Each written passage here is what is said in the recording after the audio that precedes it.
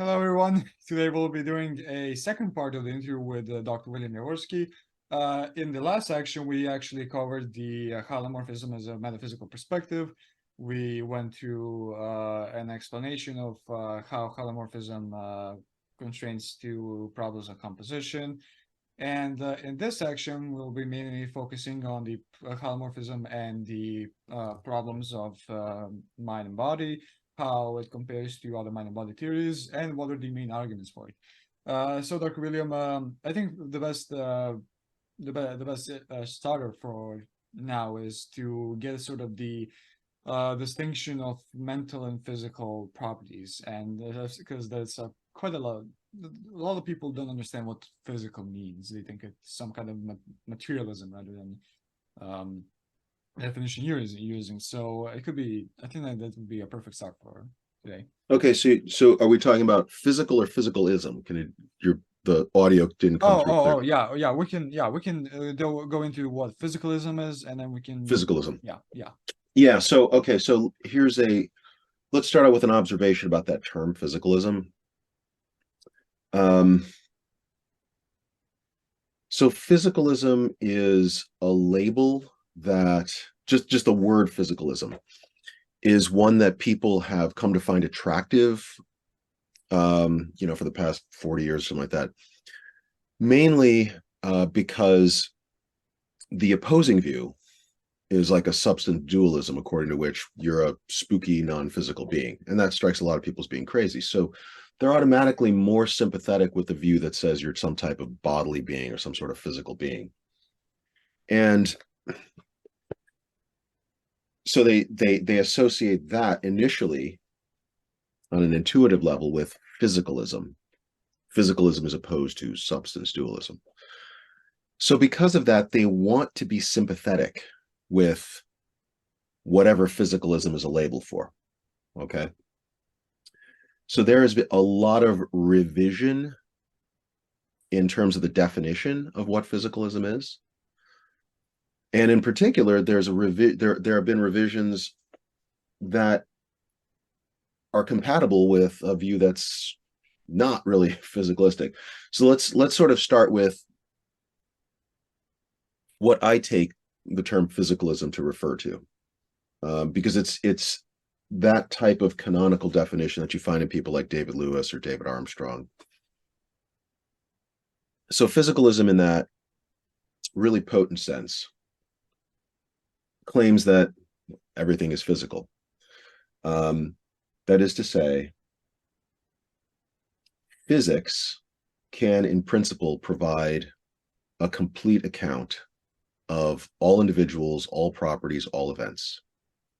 And by physics, we mean some current or future bundle of physical theories of the sort that are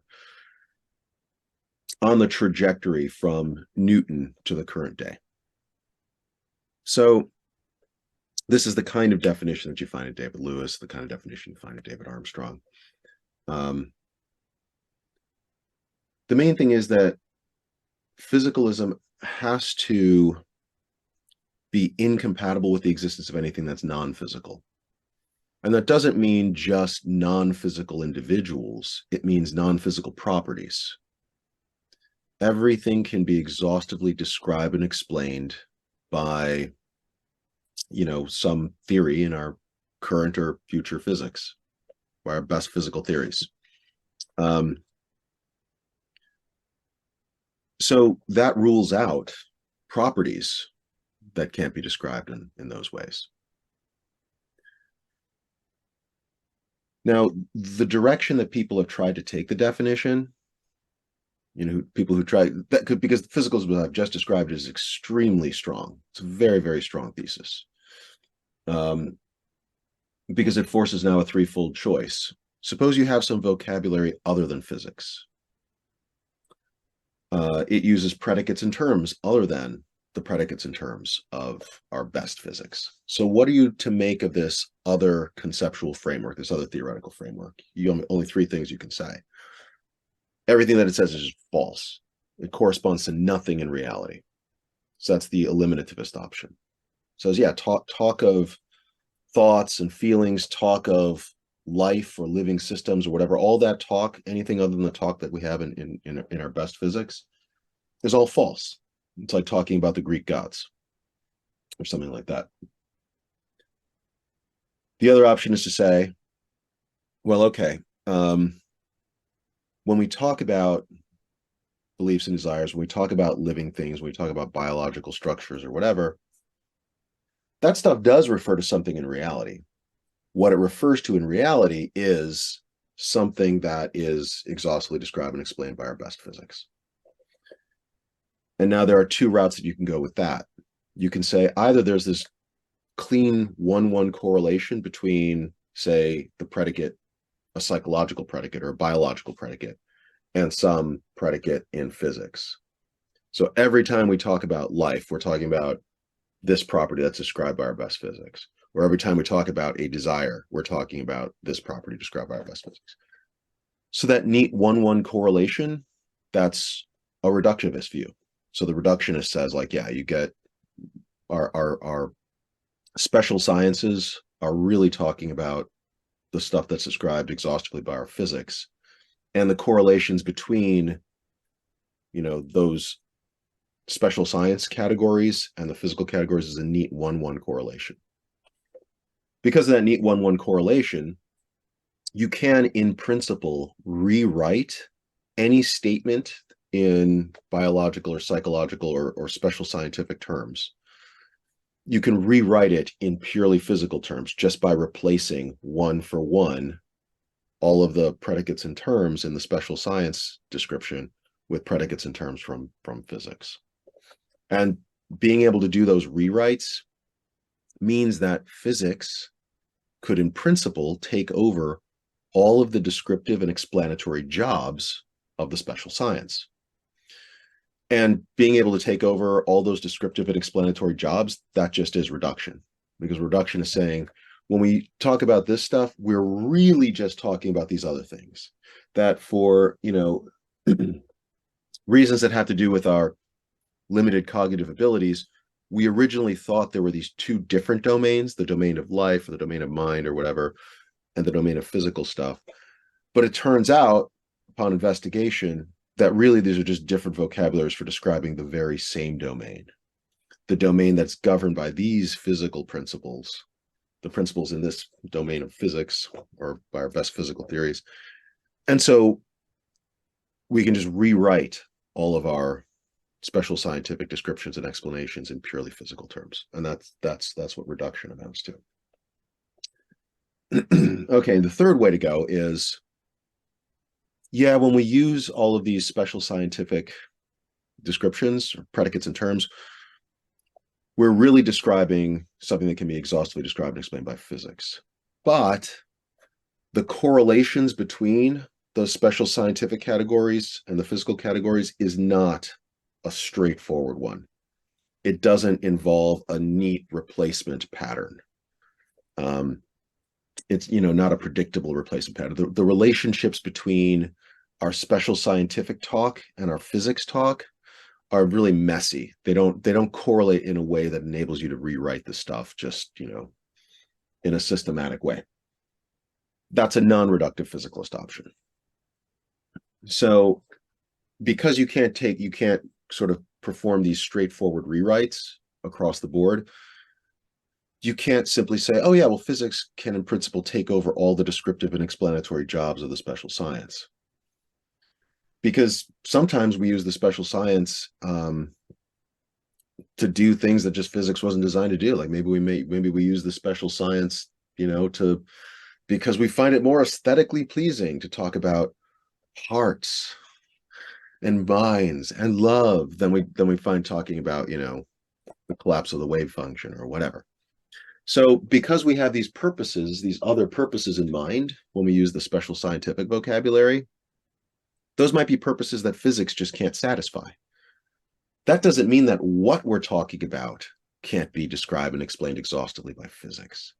It just means that physics can't satisfy these idiosyncratic descriptive and explanatory interests that we have, whatever interests we have that fuel our use of the special scientific vocabulary.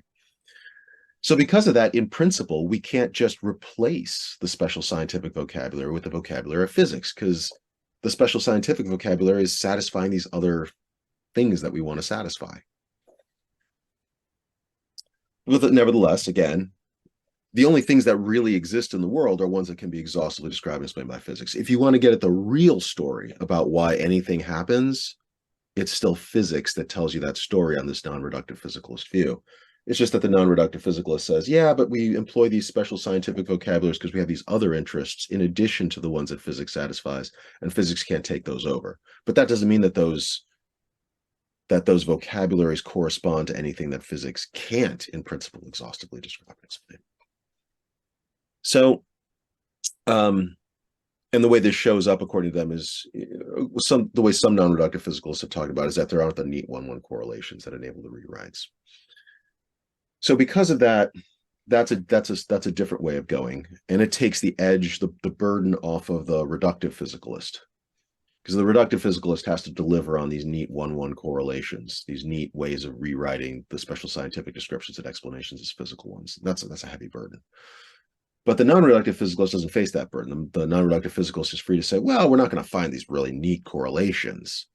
We can just be confident that any particular, biological or psychological or other special scientific description is really describing something that could in principle be described and explained exhaustively by physics. It's just that physics can't take over the job that special scientific vocabulary does, for whatever reasons, for whatever reasons.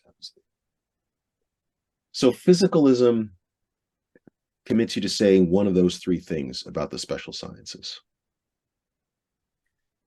What it doesn't enable you to say is that the special sciences, that they have, that predicates or terms within the special scientific vocabulary correspond to something that can't be, in principle, exhaustively described and explained by physics.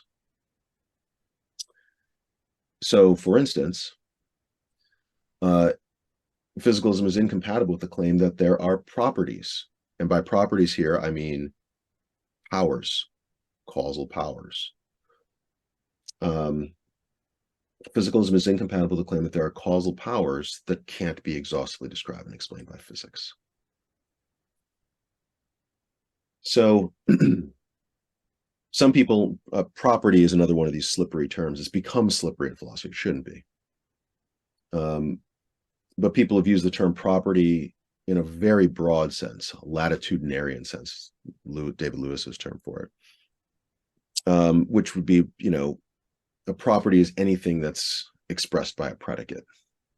So any predicate corresponds to a property in that one sense. But I don't think that that's a particularly useful way to talk about properties. So I insist on talking about properties in the sparse sense. Properties are causal enablers. They are things that factor into explanations of what things do and what they can do, powers that they have.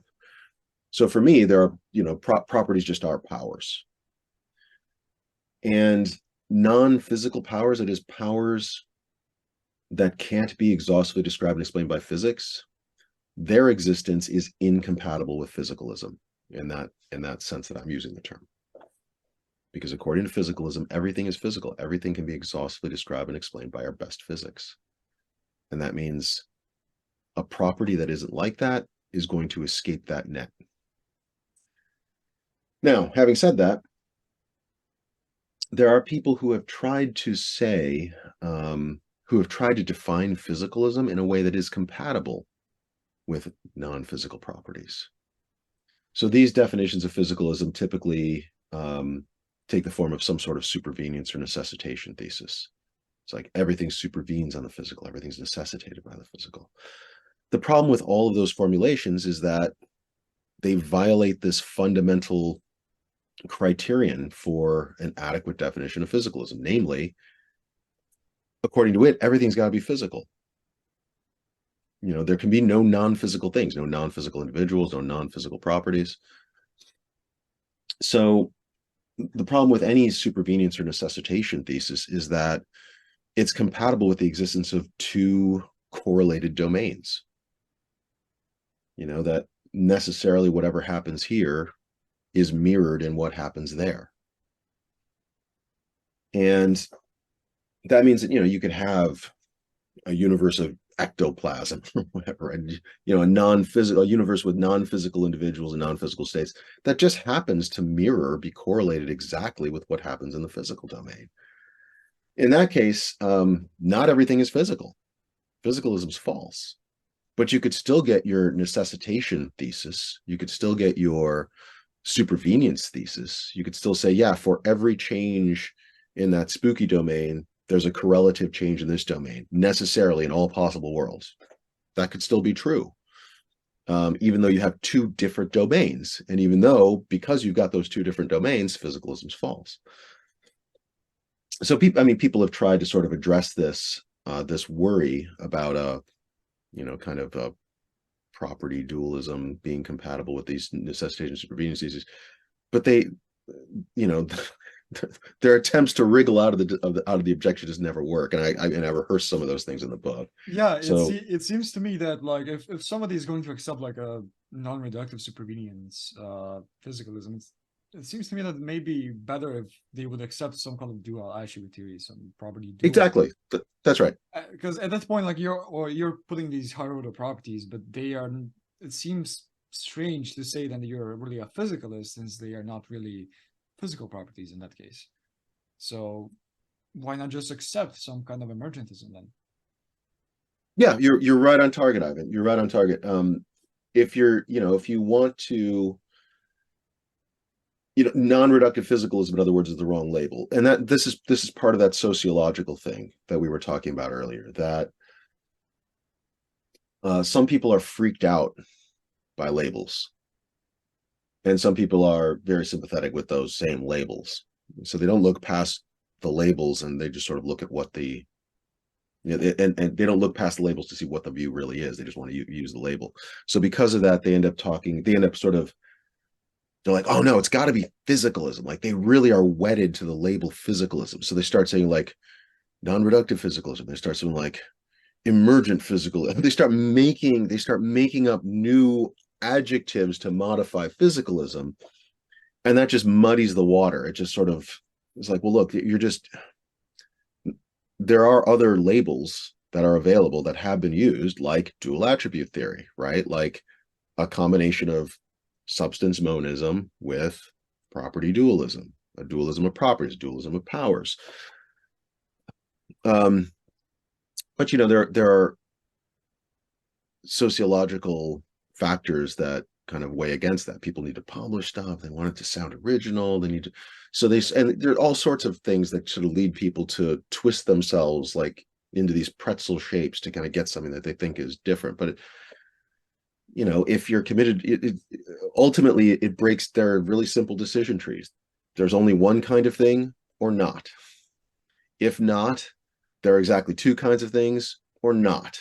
And if not, that, and as you break it down, the decision trees is like, there are only so many options here, and if physicalism really is a form of monism, it says, no, there really is only one thing. And it's the kind of thing that's exhaustively described by the theories and frameworks in our best physics.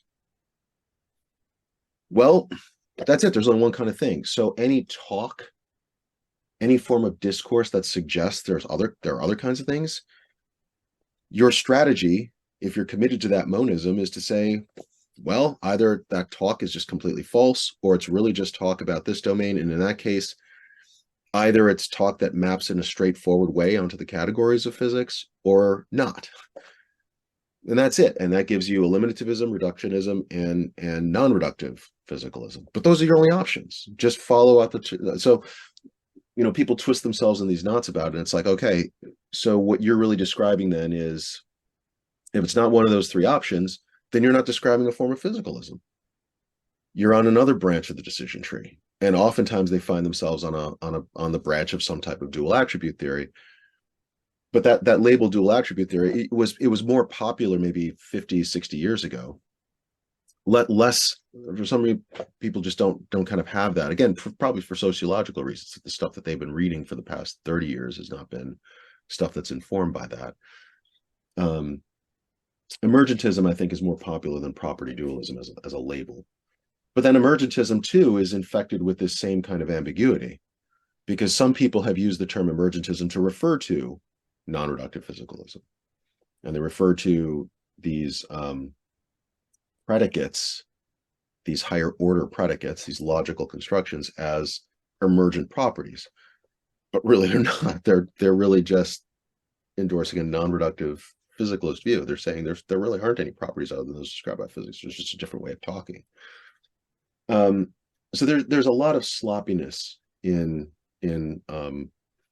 philosophy of mind when it comes to vocabulary. So when you in your book, when you talk about these different theories, you mentioned that you find that it's the versions that are most I guess comparable, at least in their explanatory power, to holomorphism, are either some kind of physicalism or some kind of emergentism. So what do you think are the main issues with emergentism and the way it tries to explain the mind-body problems? So when it comes to emergentism, and again, the label is a bit funny. So let's talk about some clear theses where there's going to be an overlap. So if by emergentism, we're just talking about the claim that there are powers other than those described by physics, then hylomorphism is a form of emergentism. Yeah. Where things get more problematic is that emergentists, like classic emergentism, like British emergentism, they added theses onto that. So for them, it's not just that there's this dualism of properties or powers. For them, it's that there's still a priority, a certain kind of priority that the physical properties or powers have. That you get these physical states that cause or produce mental states as like causal byproducts. So there are a number of things that are sort of problematic about this. One is that it assumes that there's only one kind of causation, and that the kind of billiard ball causation that characterizes these physical interactions, ordinary physical interactions, that's the same kind of causation that's involved in the relationship between, say, states of your brain and beliefs and desires. But that's just, that kind of causal monism, I think, is just manifestly false. And there are lots of reasons to recognize that when you look at at the way that real explanations operate. So if by emergentism you mean not just that dualism of powers or properties, but you mean that the physical properties somehow produce or generate the mental properties, say, well, that's where hylomorphism is going to say, whoa, slow down here. The story's a little more complicated than that. There are different kinds of causal relations, and you're also not talking about organization. You're not talking about, form as a principle that unites things. So from the standpoint of, hylomorphism, emergentism is going to face, emergentism in that causal sense that we were talking about, it is going to face a difficulty. Predictably, it's going to face that difficulty.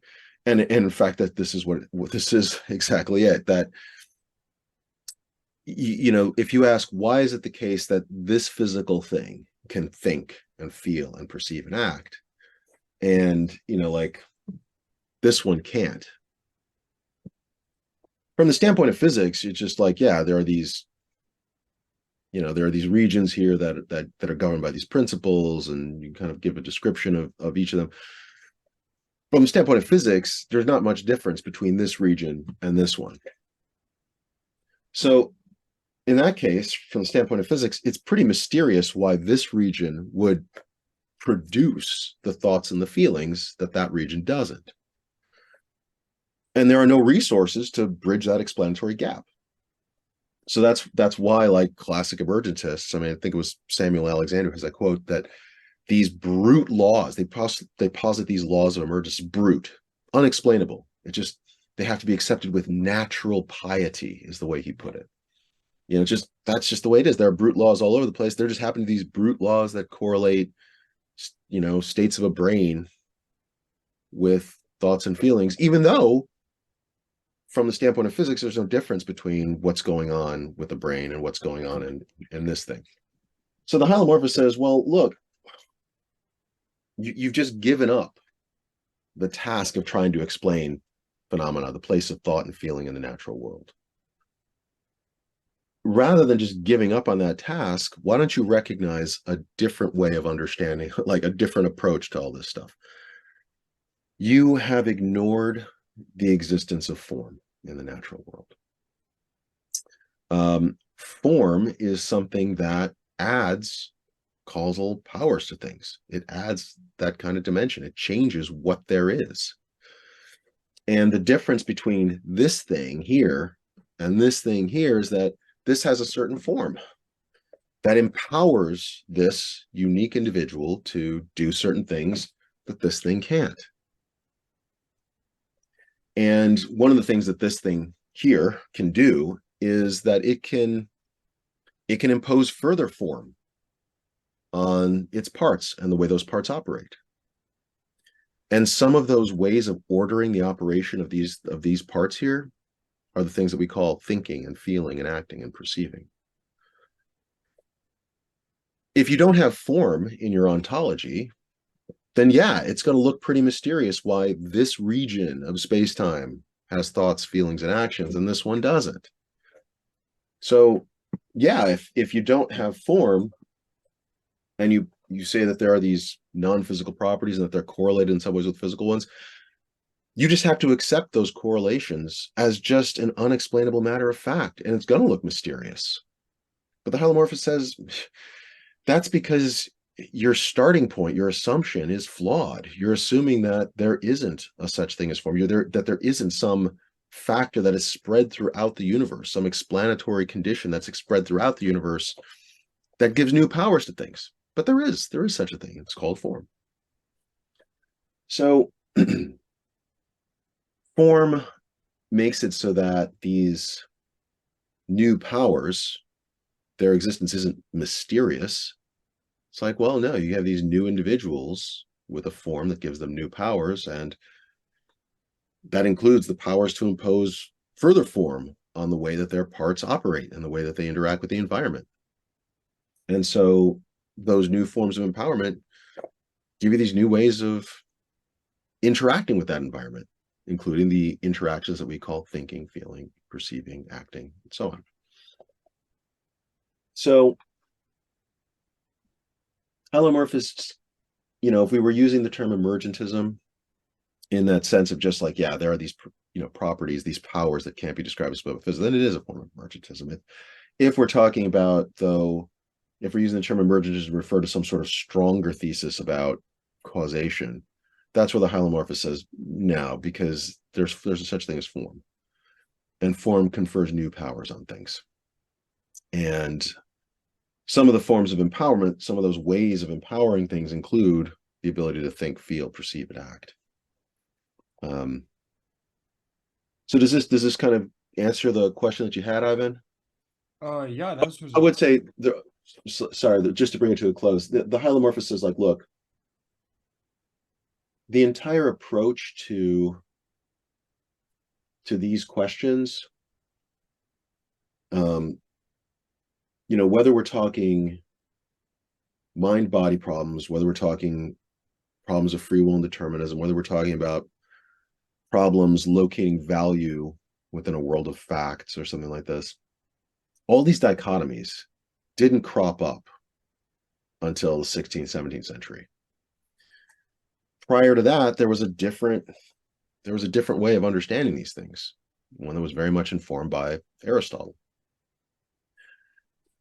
At the time, people didn't clearly distinguish between science and philosophy. The term scientist wasn't even coined until 1838 by William Whewell. Before that, the people that we call scientists were called natural philosophers. But of course, a lot of the people that we would call metaphysicians were also called natural philosophers. Whewell coined the term precisely because he wanted to be able to draw a distinction. Like when he said, I want to talk to a natural philosopher. No, I don't mean that kind. I mean the kind that runs experiments. So he wanted a new term. We're going to call that guy a scientist. We're going to call that something else, a philosopher. So during the scientific revolution, that distinction was not clearly in mind.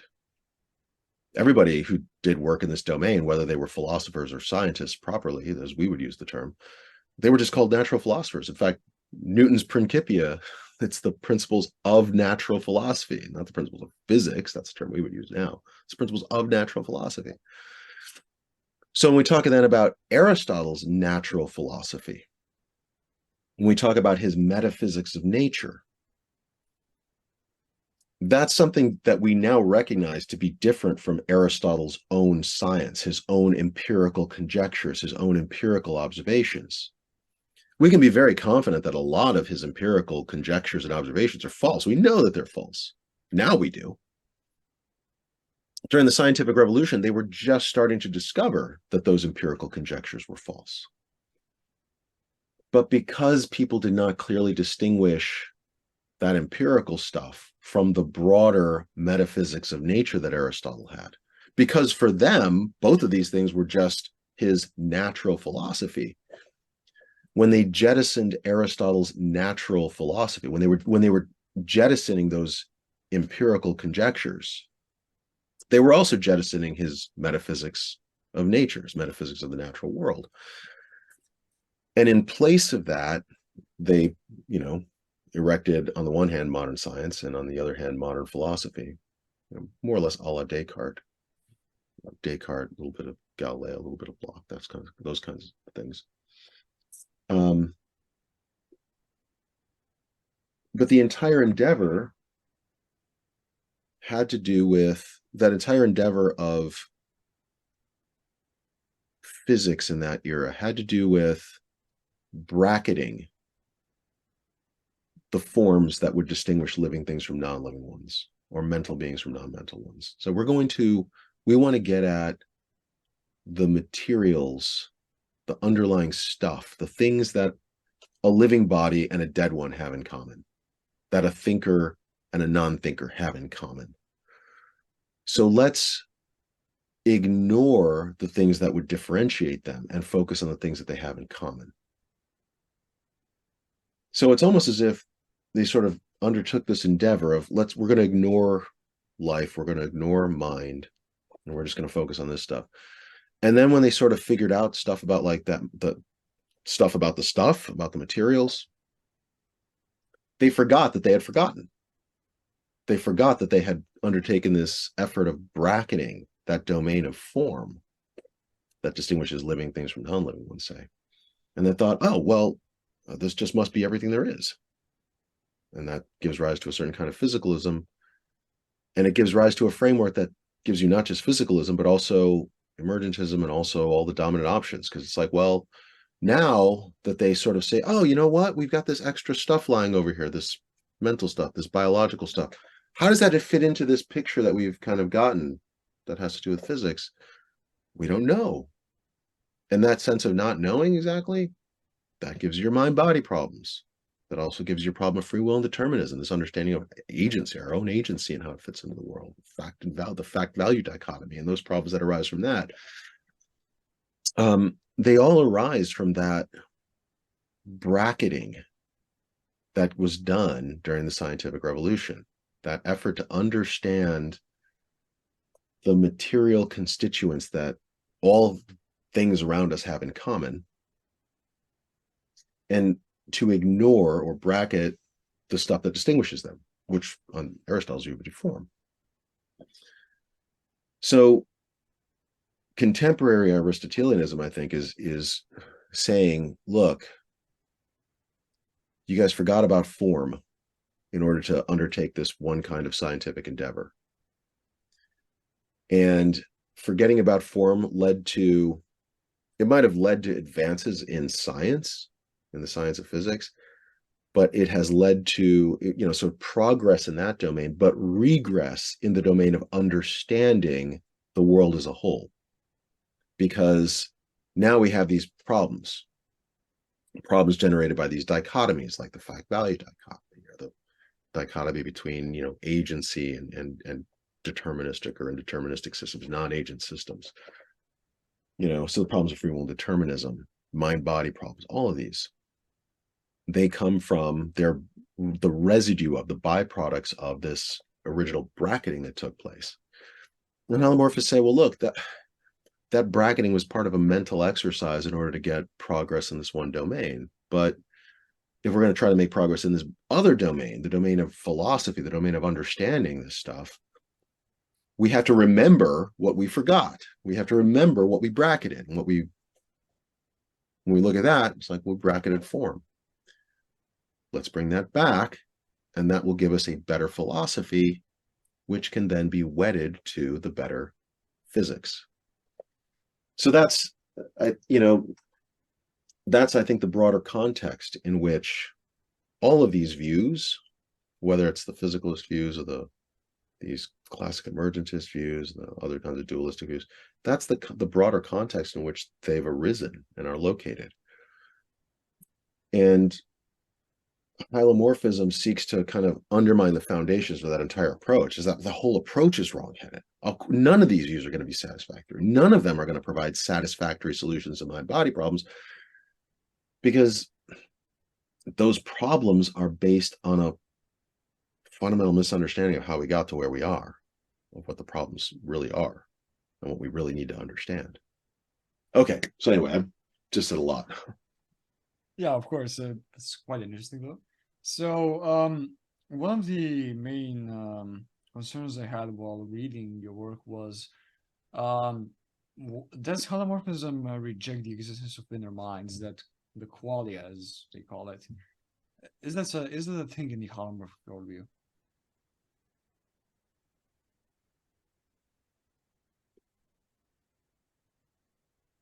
Kind of depends on what you mean by qualia.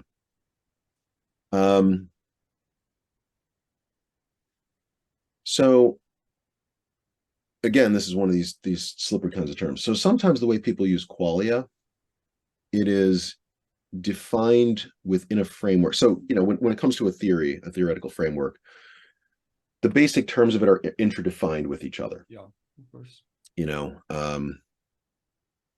And then you take the theory as a whole and you apply it to a given domain. You say, this is why this model with these, interlocking parts actually is useful, corresponds to this domain.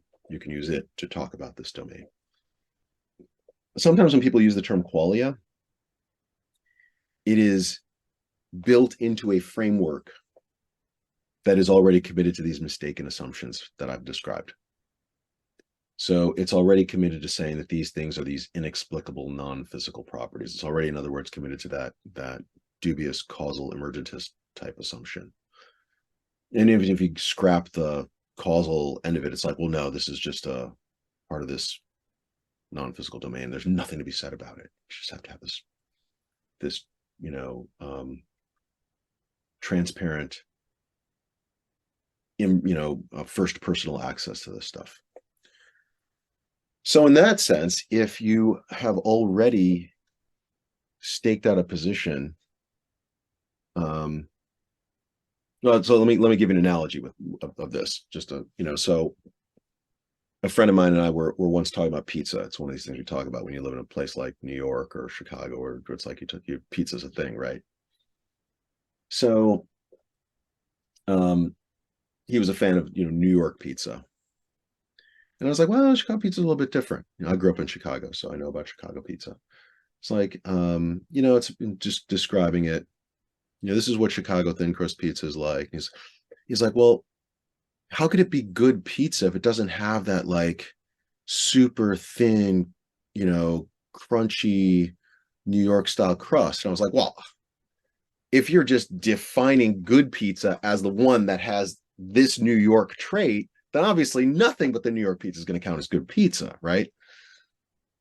So there's an analogy with how sometimes people use the term qualia, or a qualitative dimension to experience, or whatever, that whatever term you decide to use for that phenomenal consciousness.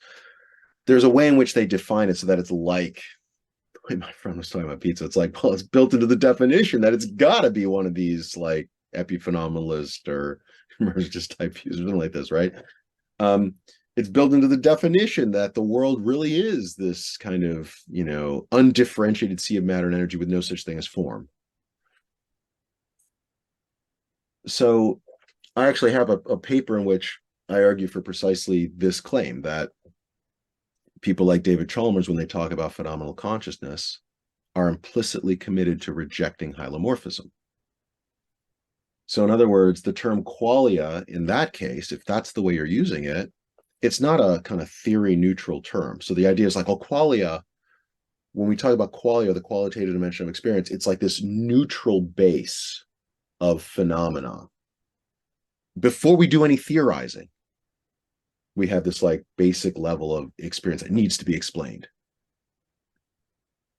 The thing is, though, like in this paper, I argue that no, that's actually not the case. It'd be a bit like saying, look, somebody in the Copernican, that sort of scientific revolutionary era was like saying, look, we know that the sun moves from that horizon to that one. We see that. And just sort of saying that's a theory neutral observation. You say, no, actually, because the description of the sun moving is already committed to saying that the earth is stationary and or whatever it is, right? What you are taking as a basic explanandum is actually implicitly committed to a certain kind of explanation. So the way that some people use that term qualia has that same defect. It's implicitly committed to a certain theoretical framework, to a certain way of looking at things, a way that rejects form, that rejects hylomorphism. If that's the way you use qualia, then yeah, obviously the hylomorphist is not on board with it. Is there another way to use the term qualia that a hylomorphist could be? Hylomorphist has no problem saying that there's something it's like to eat ice cream, which is different from what it's like to eat, a salty steak.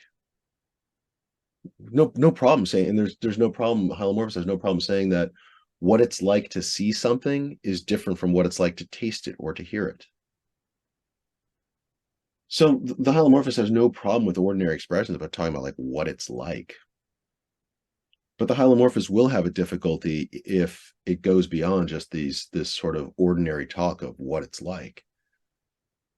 And when you start freighting in these metaphysical assumptions, smuggling them in through the back door and saying, oh, well, it's just a brute, explanatory phenomenon that we have these, this unique first personal access to these things again. It's like, well, no. Now you've just brought in a bunch of stuff beyond, just our ordinary experience with stuff. So that's where the I think the division is. It's like hylomorphist has no problem with ordinary talk about the qualitative aspects of our experience and the difference between. I mean, we use this stuff all the time. We look at paint swatches and what color are we going to paint this room or that room or whatever. You're comparing something that's on that qualitative dimension. They have no problem with that. What they do have a problem with is an implicit commitment to a worldview that rejects form and that uses that term qualia as leverage for solving certain problems within that domain. Yeah, that these inner subjective first-person perspective is inaccessible to anyone, that the only one who knows what it's actually like to do this thing is the one who is in that first-person perspective, and we can only know some of these other facts, but we cannot really know what it's like for them in that case. That is what my understanding of it was. Yeah, there's a lot of that stuff, and when it comes to that, the kinds of criticisms that hylomorphists might make, I mean, look, there are people who have criticized that perspective completely independent of hylomorphism. I mean, Wittgenstein, private language arguments. Yeah, of course. So there are lots of criticisms that have been floating out just about that view itself. You don't have to be a hylomorphist to criticize that view. There are independent reasons for thinking that there's something really, fishy about the whole thing. But because of that, hylomorphists can make use of that. So you'll oftentimes find this sympathy between hylomorphists and anti-qualia people, like Wittgensteinians who want to use some version of the private language argument to attack the qualia views. And there tends to be an allergy, I think, between like somebody like who's a hylomorphist. They tend to be a little bit allergic to that qualia talk. For the reason I mentioned, it's not that they're enemies of like, ordinary talk. Like, well, surely there's something it's like to. That's not the problem. The problem is when your definition of qualia and your definition of that is implicitly committed to rejecting form. So the answer to your question is a little bit complex. I think that probably for the way that most people use the term qualia in philosophy, given that most people who use that term qualia in philosophy are implicitly committed to a worldview that rejects form, hylomorphists aren't going to be very sympathetic with that view. And they're going to be very careful about using the talking points or borrowing the talking points from the qualia folk, because they know that deep down those qualia folk are endorsing a worldview that's different from their own.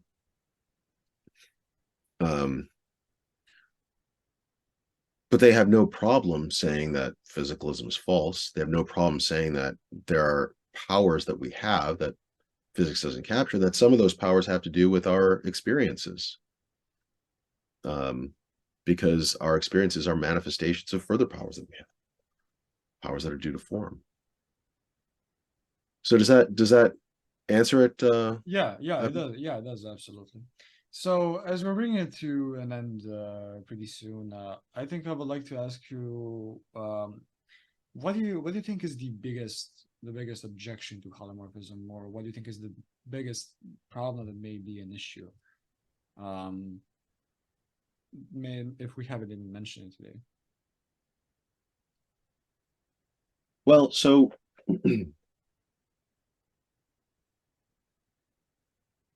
if we're just limiting it to the philosophy of mind stuff, right? Yeah, of course.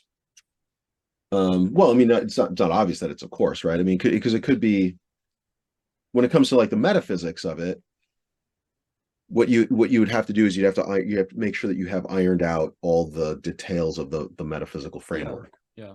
And so there are different formulations of hylomorphism.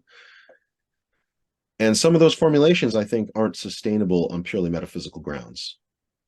There are contemporary hylomorphists who they think, like they think that they're actually articulating a view like Aristotle or Aquinas, but it's actually not. It's a view that is they're trying to update it.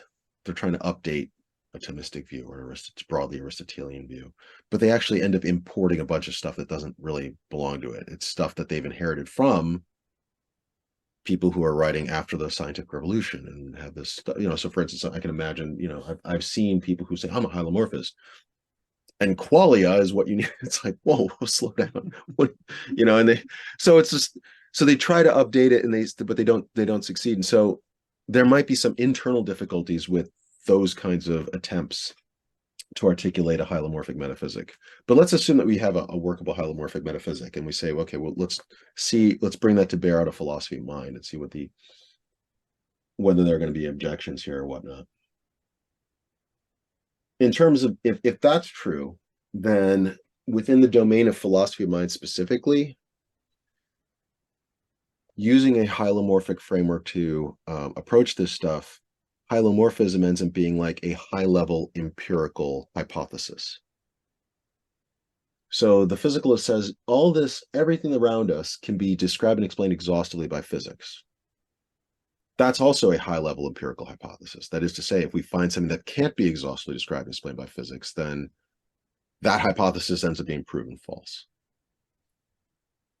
So within this specific domain, hylomorphism shows up as a similar kind of high-level empirical hypothesis. It says, yeah, we can understand these phenomena as different ways that an organism like us has of modulating, organizing, ordering the way that its parts operate. So when you imagine something, you are imposing an order, a coordination, a form on the activities of your neurons or whatever. Likewise, when you reach for the bottle, you are imposing an order, a form on the way your muscles and nerves are activated. So if there is something that eludes that kind of descriptive or explanatory net, that's going to be a problem for hylomorphism. I think that in terms of engagement with hylomorphism within this domain, there hasn't been enough on that level. You have a lot of people trying to say, oh, well, hylomorphism is false, and the reasons they advance are actually really silly. They actually, it displays that they actually don't understand what hylomorphism is about. Like, so for instance, the idea that it's really just that hylomorphism is really just a kind of disguised form of physicalism. That's that is that type of objection. It's like, you really don't get it if you think that. Yeah, it's hylomorphism, really just physicalism, but it adds the spatial this structure that's really just spatial relations between these. Yeah, that's a perfect example. That's a perfect example of a straw man, of the kind of straw man that people construct of it. And I told you before that my own use of the term structure was a bad idea. It was a bad choice on my, a bad verbal choice on my part, because I thought that in the context of philosophy of mind, if I can give people intuitive traction with the idea of form, then they would at least have an in to understand hylomorphism. It just backfired, though, because when they hear organization or structure, they think, oh, I know exactly what that's about, spatial relations or whatever it is, right? And it's like, oh, damn it, I didn't. Oh, that's not it. Sorry, I take back that term. Let's just stick with form, and I'm just going to define it. I should have just done that, but I didn't. And so, yeah, in my conversation, a lot of people are like, oh yeah, structure, yeah, that's just spatial relations and causal interactions. It's like, no, it's just, that's not it. But once their mind goes in that direction, it's very hard to sort of, anchoring biases there, and it's hard to kind of like wean them from that. So because of that, there just hasn't been a whole lot of engagement with hylomorphism as a way of understanding these phenomena. It's been more like, that idea doesn't make any sense, or that idea is really just physicalism in disguise. It's not actually taking the hylomorphic approach seriously and seeing whether or not it actually does clarify the nature of thought, feeling, and action in the natural world in the way that I argue. And it's like, yeah, that solves these problems pretty handily. These things kind of fall into place. There hasn't been a lot of engagement with that. It's been more like, let's try to understand, or let's misunderstand hylomorphism and try to sort of shoot it down. So what I think that would be, that's something that I would love to see more of, is somebody saying, let's take the hylomorphic approach to thought, feeling, and action seriously, and let's try to start describing perception in hylomorphic terms. Let's start trying to describe emotion in hylomorphic terms. Let's start trying to describe agency in hylomorphic terms, and seeing how far this gets us. And I think in that sense, if there are going to be good objections within this domain, hylomorphism and philosophy of mind specifically, that's where we're going to find them. That's where we're going to find the real challenges. But the real challenges have to start with a understanding of the real theory, with an understanding of the real framework. And I think that right now people are still struggling to understand what the framework is. And it's an old story. People have struggled to understand Aristotle's framework for a long time. Even in the ancient world, there were struggles to understand the actual view, because it's a subtle view. Subtle views are hard to understand. It's always easier for people to default to a simpler understanding, even if that understanding is inadequate. So, to my mind, the strongest objections to hylomorphism within this domain have yet to be formulated because we just don't have enough minds busy working on that. Most of the work to this point has been just to clarify what the hell hylomorphism says in this domain. Yeah. I think it's time to wrap up. So thank you everyone for watching today. It's been a great time talking to you. Thank you, Dr. Jaworski, for taking your time and answering all of these questions that we had today. So I will see you in the next episode, and take care. Bye bye.